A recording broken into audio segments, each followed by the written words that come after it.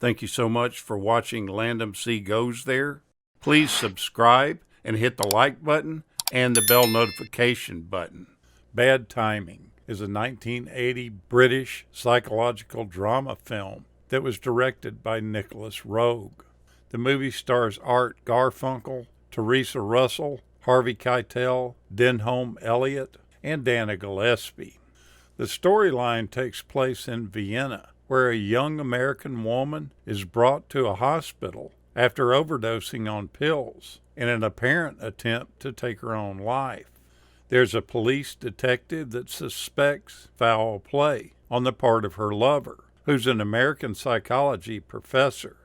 As doctors try to save her life, the detective interrogates the professor, and through flashbacks, we see the events leading up to the woman's overdose, which include her stormy and intensely sexual relationship with the professor, her heavy drinking, and numerous affairs, along with the estrangement from her Czech husband.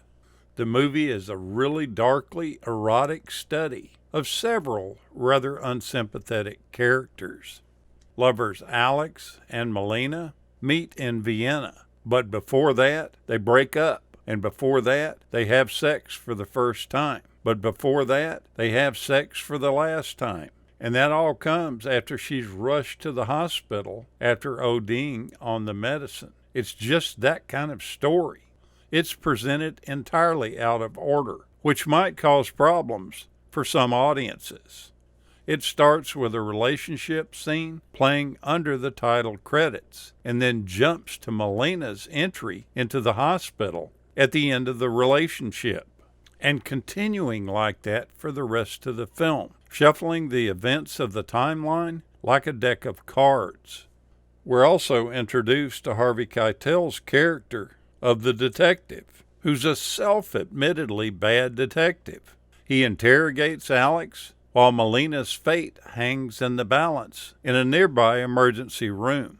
The story of their doomed relationship unfolds via this interrogation, with the detective honing in on a couple of key points of the narrative about Alex's story that just don't add up. Eventually, the timeline of the movie jumps to events after the interrogation, as the detective continues his investigation, which leads him down some interesting paths that involve Melina's estranged husband and secret government operations. The real focus of the film is the obsession and instability that governs these two lovers, and the dark side of lust that fuels it. If you've never seen it, be prepared for some hysterical screaming fits and some pretty uncomfortable erotic scenes. The movie was based on an Italian story by Costanzo Constantini. Nicholas Roeg, the director, found out about it from producer Carlo Ponti in more of a longish idea format translated from Italian. It was a very different film. It was about two Italians, but it had the same basic idea about that condition of man and woman.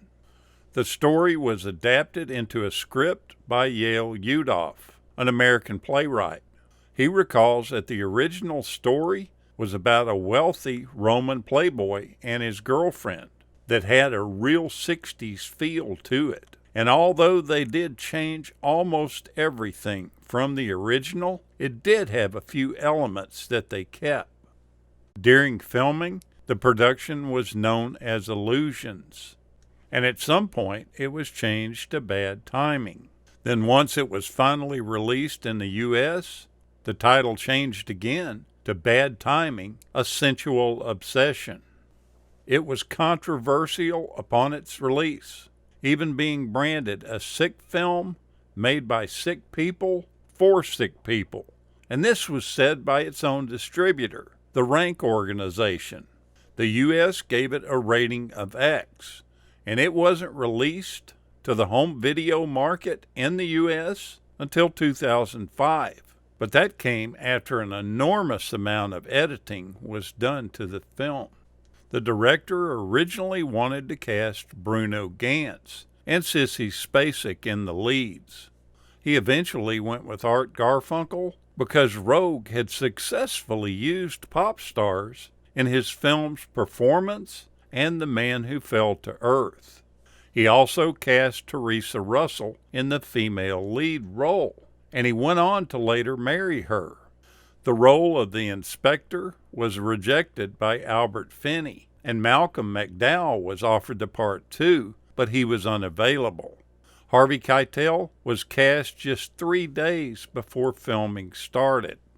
While Art Garfunkel was making the film, his girlfriend, Laurie Bird, took her own life in New York, and Rogue would later on say that he felt like that this production had messed up more people's lives than any other movie that he had done, including the cameraman, the producer, and executive producer of it, and that he was really kind of glad that it was only given limited release.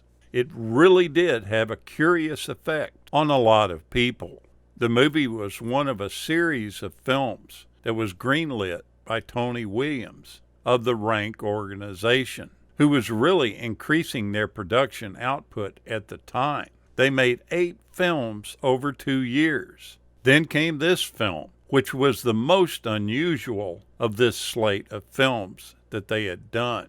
Now, Dana Gillespie had a lot of her scenes severely cut before the final release. And during a 2020 interview, she spoke about the project and said that her most vivid memory of making the film was passing most of the time on the set topless and rolling around with Art Garfunkel. She said all of her scenes were shot really quickly, and when Garfunkel and her met on the set for the first day of filming, they both stripped off their clothes and jumped into the bed together. She had no problem at all being nude, even surrounded by a crew of all men, because she had grown up in the 60s and 70s in London and had started attending wild parties and running around naked as an early teen, so she wasn't shy about it at all. But Art Garfunkel was a different story. He was very nervous, so she decided to break the ice. She flung her arms around his neck and kept her body pressed up against his so that he could get used to the feel of her until filming started. She said at one point the first kiss they had was very pleasant, but by the third kiss, it was getting boring. And by the 20th kiss, her chin was actually raw because he had already started having a 5 o'clock shadow. Her role of Amy in this film was drastically cut, so she's not a big part of it because they were doing everything they could to get the censors to come up with a more pleasing interpretation of the film. Go take a look at this film. I bet you've never seen it. It's a strange one, but it's really well done. Thank you so much for watching, and we'll continue to chase the classics.